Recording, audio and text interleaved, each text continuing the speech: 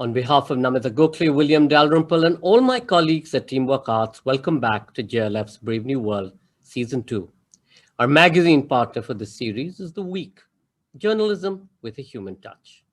Those of you who missed our earlier episode today, two menus, poetry and fiction, Rachel Dwoskin in conversation with Ranjit Hoskote, which was a fabulous, extraordinary session.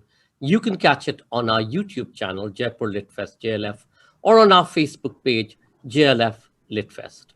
Our next session of the day is Muscular India, Masculinity, Mobility, and the New Middle Class. Michael Bass in conversation with Vivek Tejuja.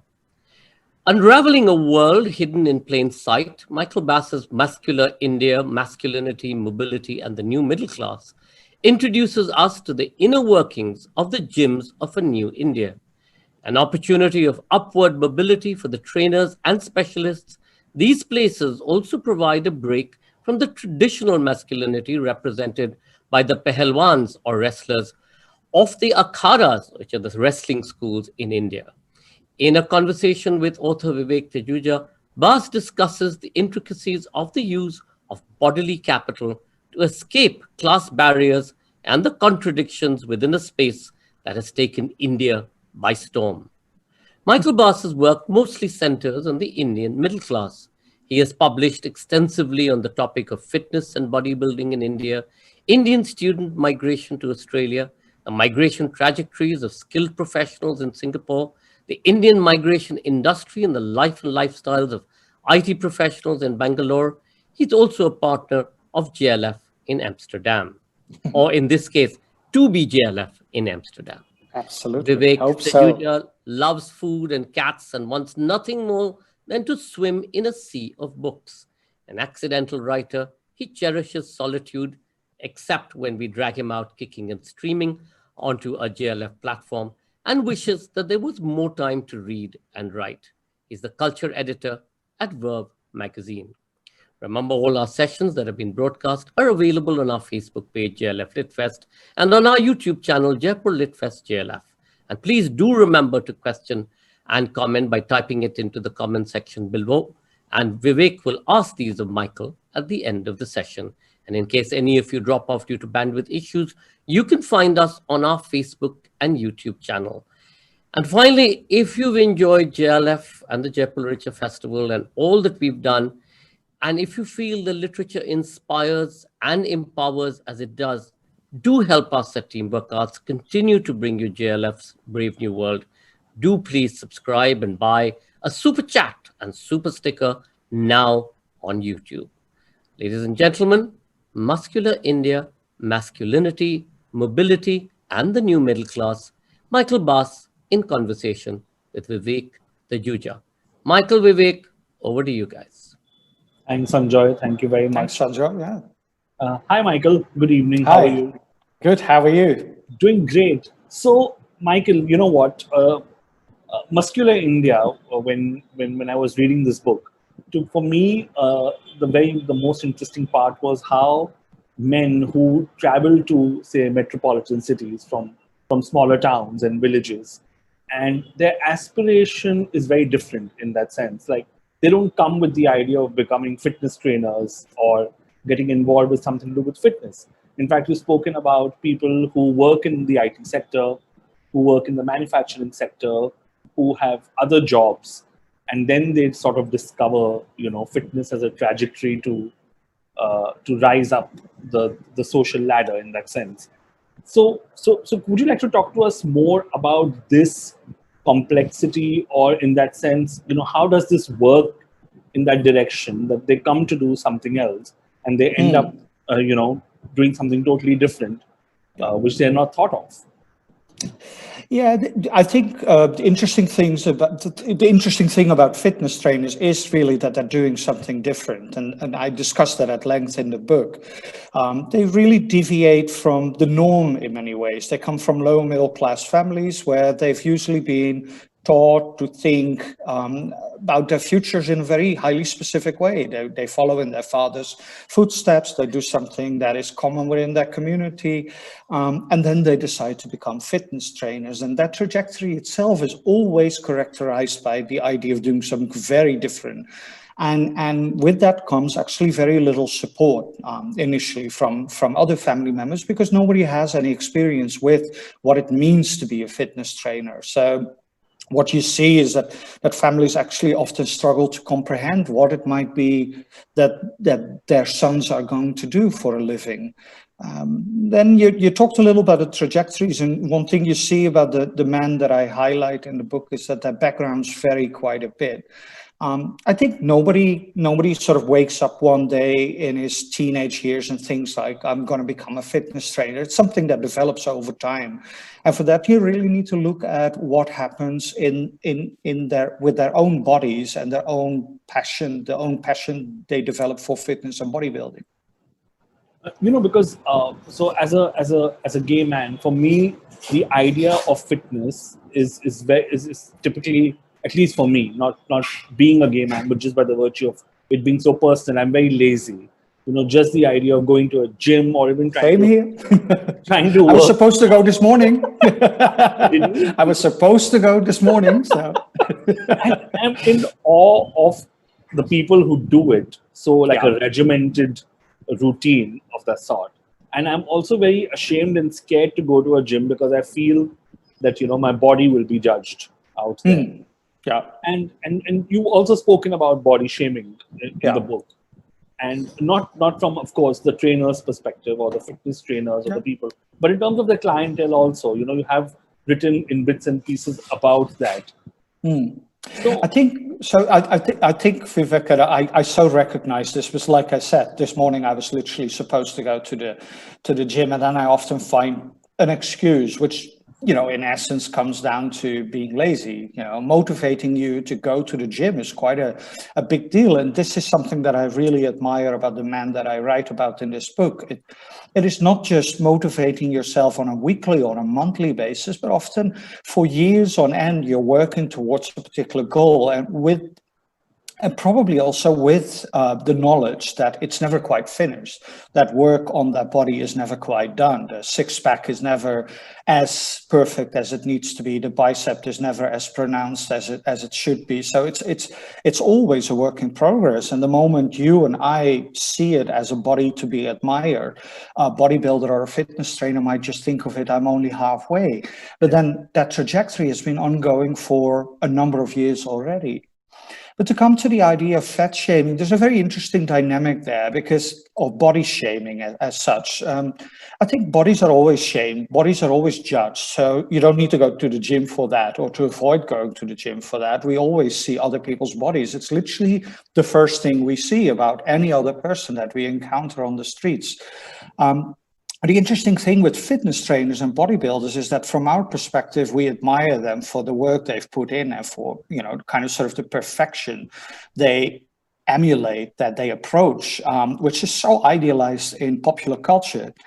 But at the same time, they themselves might not think of it that way. They might advertise themselves on Instagram and Facebook as having a body that others admire. But when I interviewed them, they were always full of doubt about that body as well. And they struggled with issues of body dysmorphia, for instance, no longer being able to properly assess what the body is, what the body they have. So they no longer see themselves in the mirror the way you and I would see them. So there's a lot of depression there as well. And I think that comes with that overt focus on the body as well. If you always look at yourself in the mirror, if every day consists of evaluating the way you look in the mirror, then you're bound to develop some kind of complex because of it as well. In the chapter Sex and Desire, you speak in detail about how the body is used in that sense to make money for solicitation, and how then one views themselves when you talk about Kishore or when you talk about Shivam or even Raj for that matter.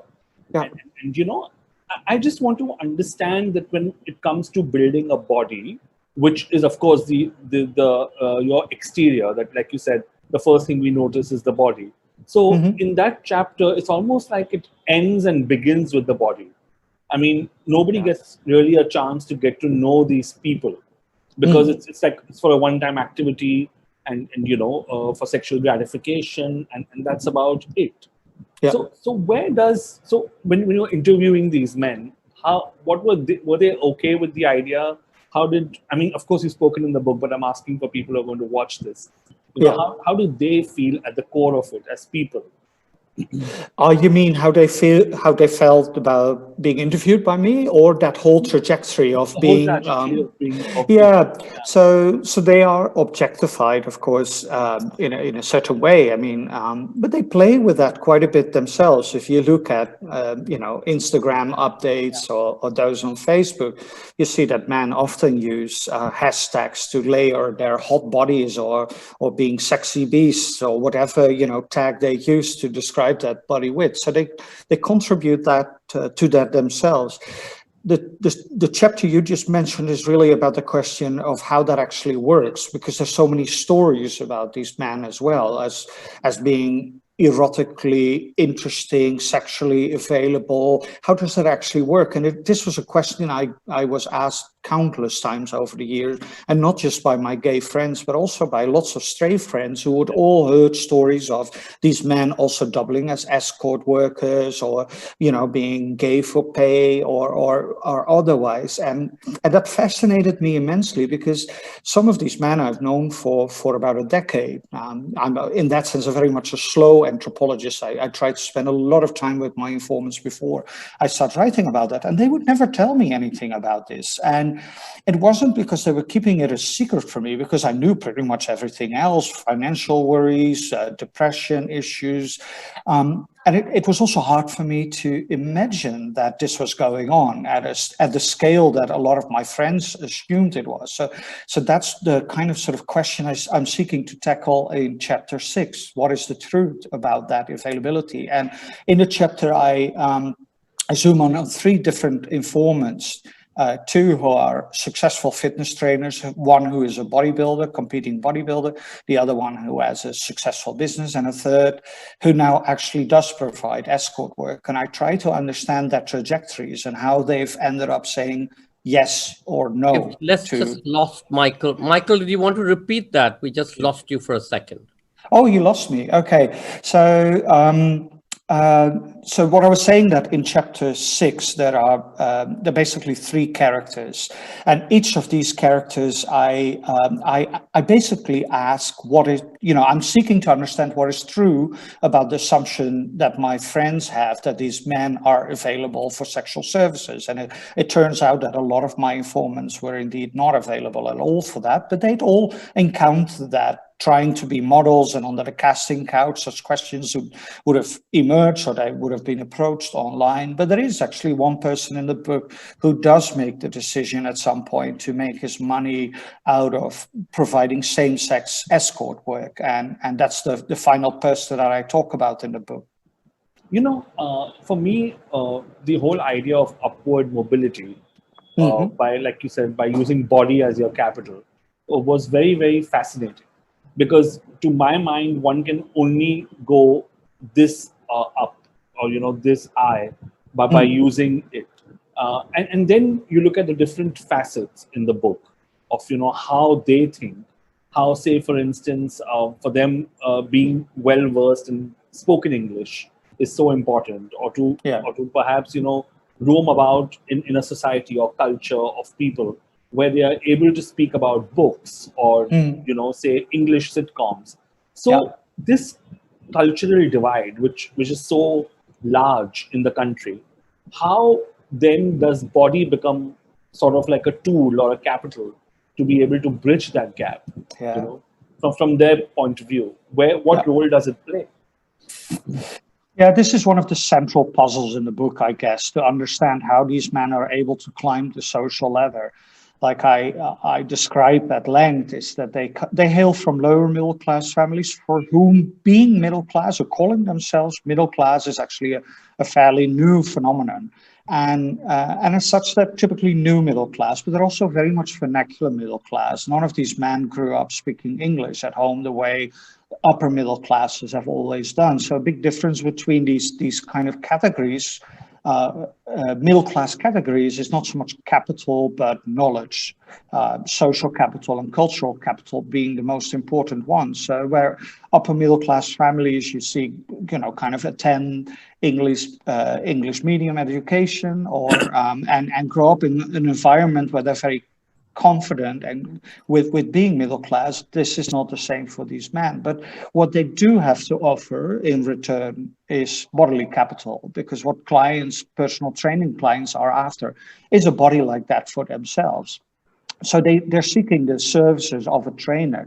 And then within the gym, that momentum of an hour where the trainer and the client meet and interact is also an opportunity for the trainer to learn from the client and to kind of sort of work out what it takes to become or be middle class.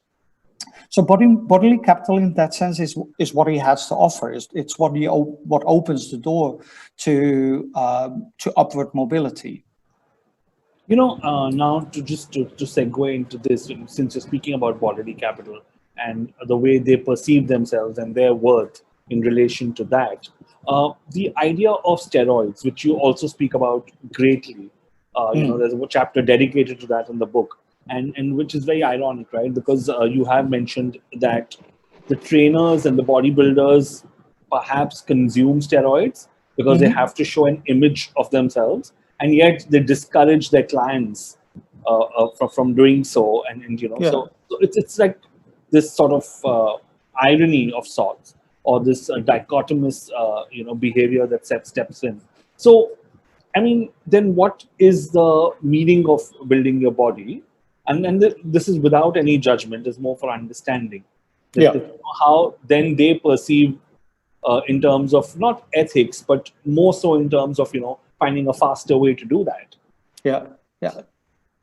See, the question of steroids and growth hormones and everything that comes with it is actually quite complex. I mean, not every trainer is keen on taking that. Most of them are well aware of the health risk. But obviously, if you want to shine on stage in a bodybuilding competition, there is almost no avoiding it. Certainly not when it comes to the serious bodybuilding competitions. And that is a worldwide thing. That's not just an India thing. Of course, what makes the matter probably a little bit more complex in India is that for a lot of these men, the moment they get into this, they have to rely on the knowledge of others, their gurus and their own trainers, for knowing what they're injecting their body with or what they're taking.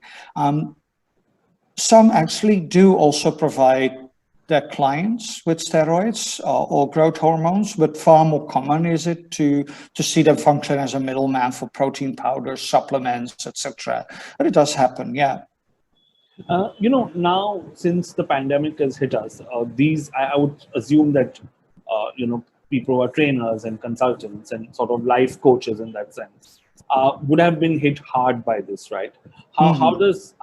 So if you've spoken with them around this time, what do they have to say about, say, working from home in that sense, providing Zoom sessions on their clients, or, Instagram workout sessions, which they do, or emailing fitness plans or diet plans? How does that fit into bodybuilding then? Yeah, so bodybuilding, of course, is a competitive sport for which you need to go on stage. So I haven't really seen any example where people do that online. But providing training, of course, they do. And the one thing that has really has witnessed a huge growth in the past few months has been home training. But of course, a lot of the trainers have been affected by the pandemic because gyms have been closed for a very long time. Even if they were open, clients would stay away because they were worried about the consequences of going to the gym. At the same time, one thing I always emphasize in my writing about this group is that they're self-made men. So they're used to reinventing themselves. They're used to thinking beyond what other people think is ordinary. So they're very creative in finding new avenues, new ways of making money. And I think that kind of comes with already having taken the step of doing something so fundamentally different from anybody else around them, be that their family or their friends or etc. Yeah. Your book goes from Bombay to Delhi to Chandigarh to Bangalore. It traverses sort of like a lot of places in the country. And while I was reading it, I could see the stark differences in attitudes of trainers or people who you interview and who you've met, from one city to the other. So what was it like? Did the perception of looking at oneself in the mirror, from a simple sense of that, change from people in different cities, or did they all think alike? And what was that like? If you could share some anecdotes as well, that would be great. Yeah, well, so the research, of course, I mean, the point of departure for this research was really the momentum that I witnessed in 2008 when Om Shanti Om came out in the cinemas, and Shah Rukh Khan revealed his freshly baked abs in the song, what is it, Gard Disco or something. I always forget the title. I mean, I can probably hum along it quite easily, but and sort of that set off that momentum. So initially, I kind of sort of understood this to be a Mumbai thing because of the Bollywood industry and the fast pace of life. But one thing that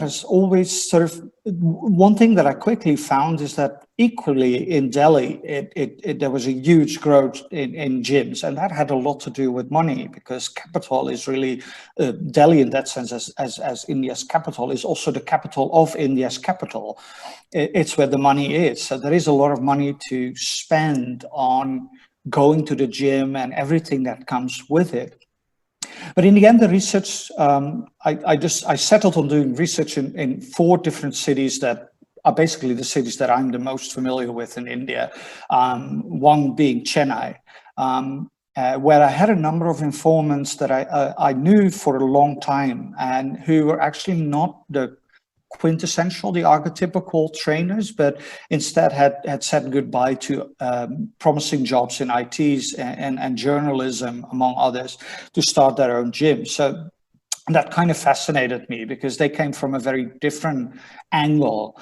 And then, of course, there was Bangalore, the city that I guess I call home when I'm in India. So these are the 4 cities that I really try to focus on. But research also took place in other cities such as Pune and Patna, among others.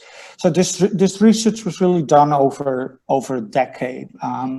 Not all the time, obviously, but whenever there was an opportunity to meet up with people that I knew and I'd gotten to know well and who were willing to keep me updated about their lives. And in a sense, that's also how the research developed organically. If you ask me about very specific differences between the cities, that's a little harder to say because the fitness phenomena is everywhere now. And I've also, for instance, interviewed trainers in a city like Patna, which you wouldn't immediately associate with this kind of middle-class living. But there is very much a Gold's Gym in the center of Patna. There are, in fact, 2 Gold's Gyms in Patna, as far as I know. And they basically function in a very similar manner as the Gold's Gym does anywhere else in India.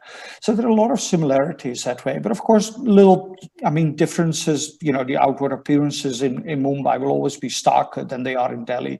In Delhi, people will always be more keen to spend money on high-end gyms than elsewhere. So that's certainly true.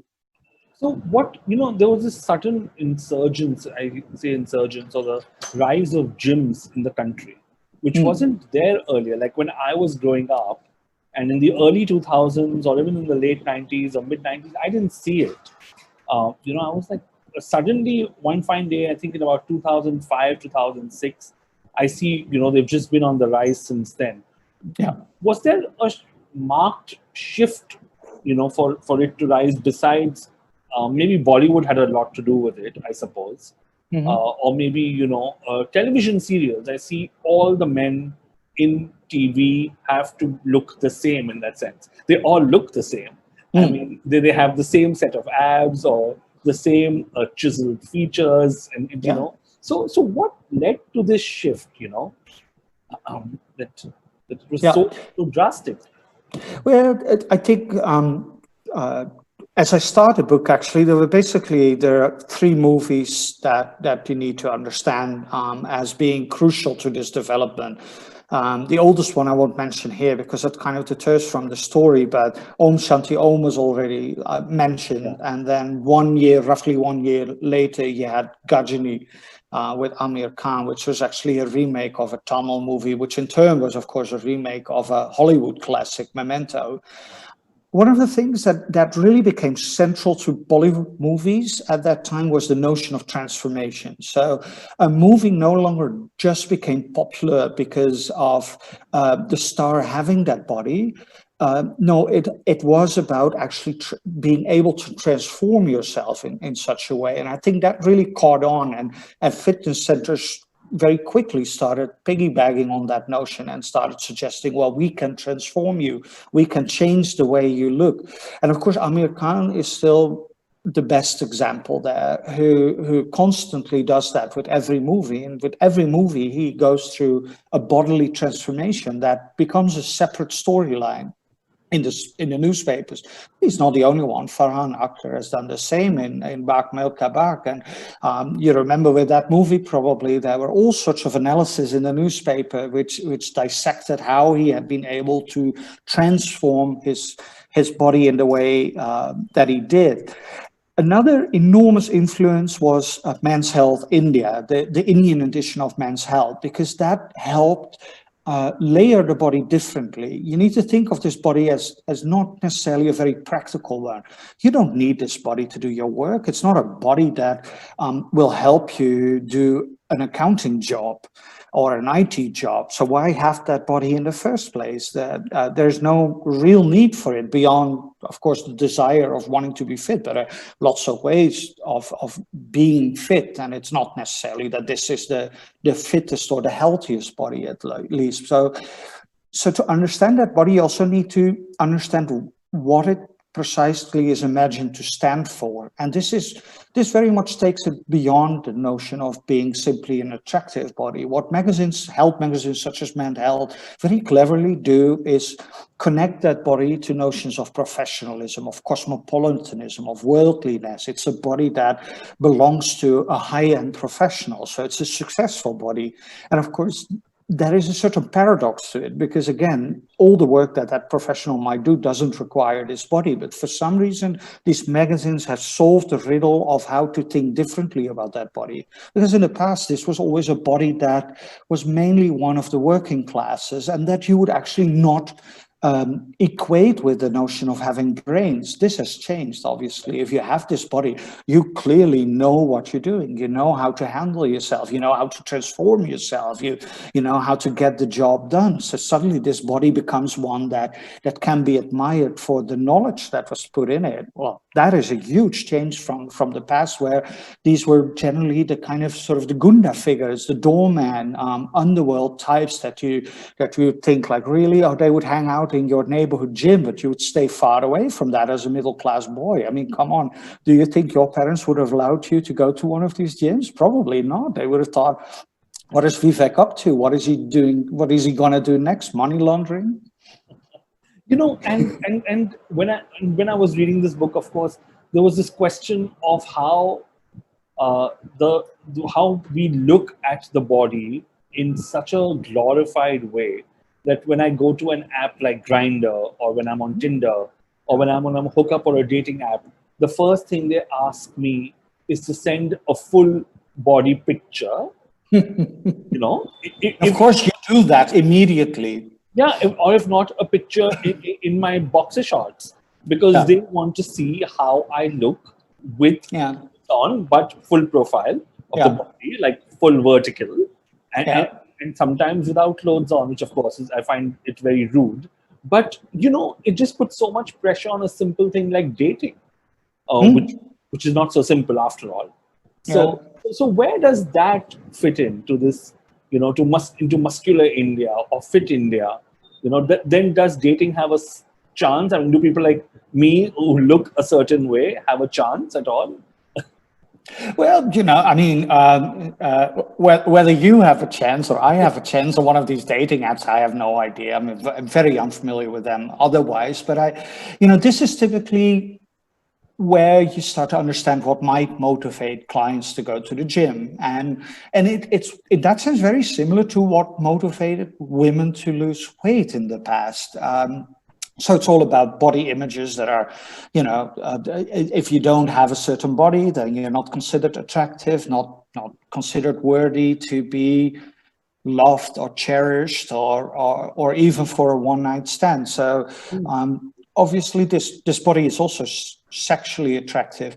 Interestingly, this is not a conversation not a topic that I often encountered among trainers, because trainers, their day-to-day existence is often very full in terms of training, providing training, making money, taking care of family. So in that sense, if you wanted to talk about whether, so they weren't on these apps. They lead fairly traditional existences that way. They wouldn't have time for it either. But of course, clients would talk about that. They wanted to look a certain way, and that's how they would find their way to the gym. Not just gay men, also straight men. Yeah, of course. In fact, I've seen trainers on Tinder, but who only advertise their services as a fitness trainer. That, they're looking for work on Tinder and Grindr also. They're straight men who are just looking for work, which I find very fascinating. That dating apps have now come to this as well. Yeah. Well, some of them might provide same-sex services, obviously, if they find a way to wrap their minds around that, or they get in a situation where that might present good money. Then this is, of course, something we see all over the world. I mean, this is also something you can capitalize on. There is also, it's not just bodily capital, it's also sexual capital. I mean, that's what literally what the body presents, and it's what other people desire, and they might be willing to pay very good money for it. And if you look at the backgrounds of the trainers I met, some of them come from very humble backgrounds, very working class backgrounds, where their fathers were either weavers, or they would run a food stall, or in some other form. So they're very much, the memory of economic precarity is, of course, very real in their lives. They know that where they are now is something they have accomplished, but they could also stand to lose. And besides that, we should not forget that the whole thing of building a muscular body is not just time and energy intensive, but also very, very expensive. Especially the sport of bodybuilding is incredibly expensive to transform your body. I mean, people have often asked me, like, oh God, they must all be on anabolic steroids and growth hormones, but these are incredibly expensive things to use. So if you do want to do that, you need to come either from a certain background or find a way to get the money. And these might all be incentives, And also then the power structure changes, right? I mean, if you're offering your body, say for a one-night stand, or for a sexual encounter, or for a long-term sexual encounter in need for money, then the power dynamics change between those two people. In that sense, you're already from a certain background or a certain strata of society, and you still don't get the agency in that sense, because you're taking money from someone. So that person automatically is on on one notch up the ladder in that sense. So, which I thought was again very interesting. Yeah, and it also brings with it the question, of course, of age and how long you'll be able to keep that up. I must say, though, in the book, I only really zoom in on one case story of somebody who's making his money in this way, who now features in his own pornographic productions and who offers same-sex services. Most men do not, most trainers do not. They go by and they make the money as fitness trainers, but they might end up in situations where this could potentially be another way of earning money. But I guess one of the things that I try to unpack a little bit in the book is also this immense fascination that my own upper middle class friends, most of them, gay friends in India would have for this topic, thinking that the men I met were all one way or the other available for such adventures as they would. And I've often compared it as the image they had was of me doing field work in a candy store where the owner away and the door wide open, and thus the candy up for grabs. I think somewhere in the book I describe it as what is it, gulab jamuns or whatever, sort of, you can just, it was so easy. And besides the fact that I myself was not interested in that, in pursuing that, it kind of struck me always as quite fascinating that when I interviewed these men and who I knew very well, and I knew their families incredibly well, they themselves did not share such stories. So what I sought to understand there is where might these fantasies come from? And a lot of that has to do with how also people from an upper middle class position in India imagine the lower middle classes to function and be available. And thus, in the end, also see trainers like they see others that they employ, be it gardeners or cooks or drivers. So there is a definite class dimension to that fantasy itself. Yeah. And part of it, I think, is also slightly demeaning. So it's also a way of seeking control, seeking hegemony in a way, or hierarchy. The idea that, these men, in the end, they just sell their bodies, and that makes them somehow worthless. Not worthless, but worthless. Yeah. And that is a way of probably also with dealing with the idea that this body is so idealized in popular culture that it's very easy to feel somehow insufficient unequal in the face of a person that otherwise, in terms of socioeconomics, you would consider below you. But because that body is so starkly idealized in media, you kind of start thinking that for some reason you need to respect it more than you actually want. And then this story, this fantasy of this man being available and doing all sorts of things that the Lord shouldn't see, in a sense, becomes one of, becomes demeaning, one of kind of almost rectifying a kind of a difference that people don't want to face up to. So we are getting questions from people. I'm just going to jump into them. Shubhankar is asking, I think you've already answered this throughout the conversation, but he's saying, I was wondering how these men obsessed with beautiful bodies coped with aging when their bodies were not in their prime. Yeah. So that's the one part of this question. The second part, I think we've answered it. And how did it change the clientele and demand for those who engaged in sex work, which is not the case, which puts a high premium on youth and beauty as essentially linked to desirability. So he's talking about, first, why don't you talk about aging? Because even I had that question for you. Yeah, obviously. I mean, we don't know yet. In many ways, I don't know how this is going to work out. The only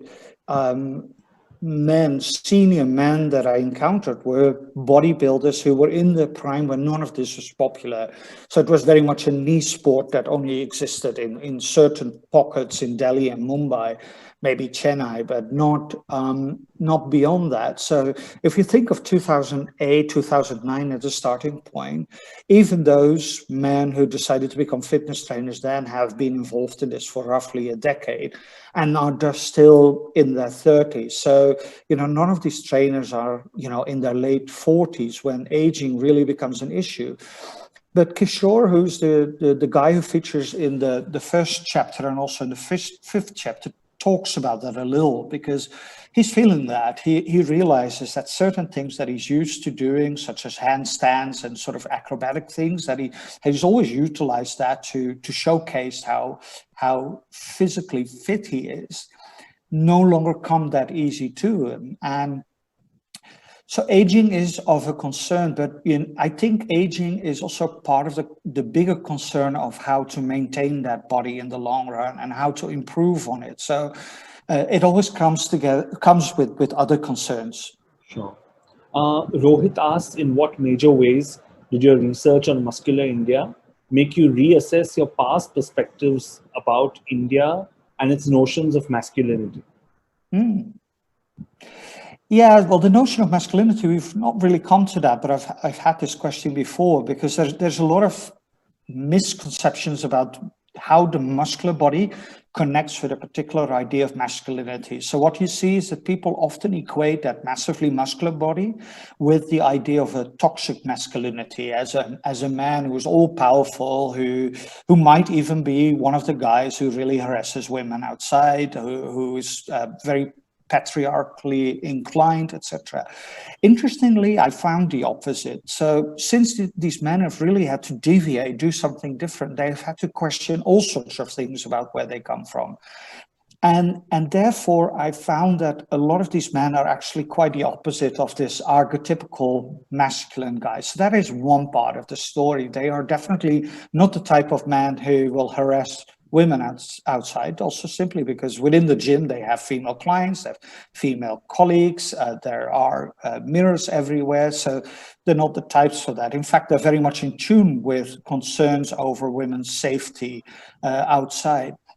At the same time, what you see is that the muscular body also doesn't necessarily equate a very self-secure masculine self. And this has to do with the mirror again. A lot of them have doubts about their bodies, and not just doubts in terms of whether the body is perfect, but whether or not they will be able to upkeep it, maintain and improve it, because it's expensive. So there is always the concern of money, and a lot of them are depending on their family members to support them. So in that sense, they're also not your archetypical family men who are providing an income and taking care of their elderly parents. A lot of them actually depend on their parents far longer than they would have done had they simply found a job and gone to the workplace and brought home an income. We have time for one last question, which I'm going to ask you. What did you wow. notice about the relationship between class and caste as you got involved in their personal and professional journeys while reporting and researching?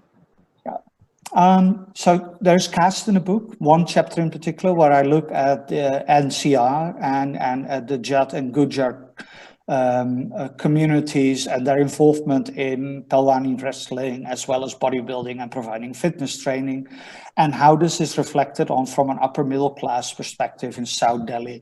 So there you see that caste kind of is folded into a notion of lower middle class, new middle class money. Caste itself, I always find it very, people always sort of expect me to be very concrete about how caste works in the world of bodybuilding, but obviously it's very difficult to provide a clear-cut answer about it, because to me caste is also, my focus mainly on class and on middle classness, and caste is an element in that story of middle class becoming, but not necessarily something that is very present on the gym floor as something that people know of each other. So what you see is, of course, that caste facilitates middle classness, because some people, especially those of upper middle class background, tend to be of upper caste backgrounds. But it's not necessarily something that is very strongly present in the gym or in the world of bodybuilding. And probably this is also has something to do with the way these men have had to rethink all sorts of aspects about themselves, be it patriarchy or caste. So their friends also are often of very mixed religious backgrounds, where you see Hindu trainers celebrate Muslim festivities online and sort of paying homage to that to support their colleagues in bodybuilding and fitness. Great. So I'm going to hand it over back to Sanjoy. Thank you very much, Michael. Thanks, Vivek. For this conversation. It was fascinating and extremely insightful. Thanks a lot. Thanks. Thank you so much, Michael Bas. Thank you so much, Vivek Tajuja. That was a fascinating conversation about the innards of bodybuilding in this new, as you said, masculine India. Wonder where that's going to go. And of course, watching the protein shakes are truly problematic. So anybody who uses them on a regular basis, do please be warned. Look and read at the fine print below. We have one of our own colleagues in Teamwork who, through prolonged use of protein, that led to a sort of blood clot in his brain, even years after he had stopped using the protein shakes. Yeah. We've seen this up close. So Absolutely. Thank you both for joining us. And Michael, many congratulations with the book. It's really got some brilliant reviews across the Thanks. world, and it's been doing really well here. And I think everybody's loved the cover of Yes. the bodybuilder with. By Kop Shiva, photographer in Bangalore. Yeah, there it is. Absolutely. Absolutely. Yeah.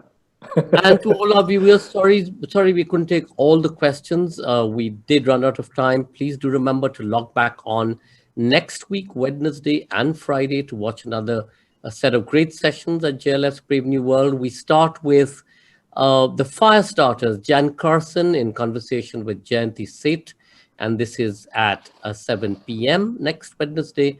And that's followed by Serious Men, Sudhir Mishra in conversation with Mani Tripathi Tikku. And this will be at the 8:30 p.m. Slot on the 28th of October. And just a quick reminder for those of you who haven't seen I Believe Art Matters, this is 450 artists, everybody from A.R. Rahman and Kailash Kher to Indian Ocean, Aditi Mangal Das, a slew of fabulous theater performers have all come together in a 6.5-hour special called I Believe Art Matters to basically focus attention on the arts, on artisans, on artists who have been devastated by the present pandemic. The effort is to raise resources to support about 5,200 families. And you can view this, it's going to be streamed live, or it's already being streamed as we speak on the television channel India Ahead. And it will be on today, tomorrow, Saturday, and Sunday. So again, you can just search for I Believe Art Matters on India Ahead TV. And of course, it's also on our Facebook page and YouTube channels. So please do watch and please do contribute. It will really help. Thank you all. Stay safe and see you Wednesday, and have a wonderful festival season, and happy Durga Puja. Thank you.